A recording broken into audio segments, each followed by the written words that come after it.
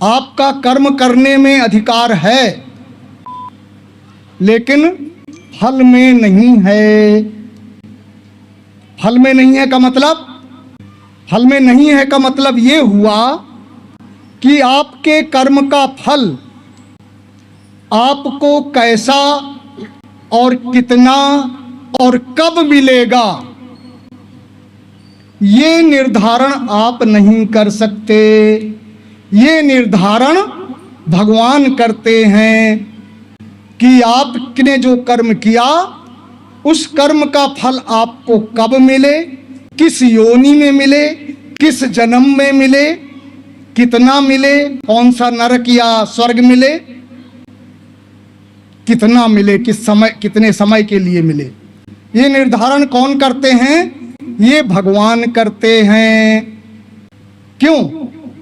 इसलिए करते हैं क्योंकि वे केवल आपके ही कर्म का निर्धारण नहीं कर रहे, फल का, उन्हें सारे संसार के कर्म फलों का निर्धारण करना है। ठीक है? अगर किसी प्रभावशाली व्यक्ति की मृत्यु होती है तो उस समय केवल उसी की मृत्यु नहीं होती, उसके साथ ऐसी कुछ घटना घट जाती हैं कि बहुत सारे लोग उसकी आहुति चढ़ जाते हैं। कि नहीं चढ़ जाते? इंदिरा जी जब मरी थी तो लगभग 25,000 व्यक्ति, ज्यादातर उसमें सिख समुदाय के लोग थे, वो मारे गए थे। तो उन सब की मृत्यु इंदिरा जी की मृत्यु से कनेक्टेड थी कि जब इंदिरा जी की मृत्यु होगी तभी उनकी भी उसी समय मृत्यु होगी। तो भगवान को वो सब कैलकुलेट करके सब डाटा फीड करते हैं कंप्यूटर में कि सब कुछ जुड़ जाए।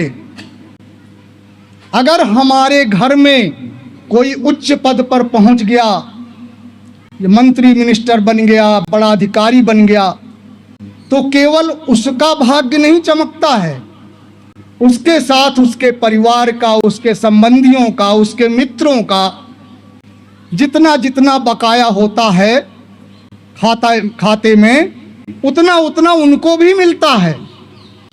तो सबके कर्म फलों का जो लेखा जोखा है वो भगवान के कंप्यूटराइज्ड अकाउंट में फीड है, और उसी हिसाब से वो कब होना है वो निश्चित करते हैं।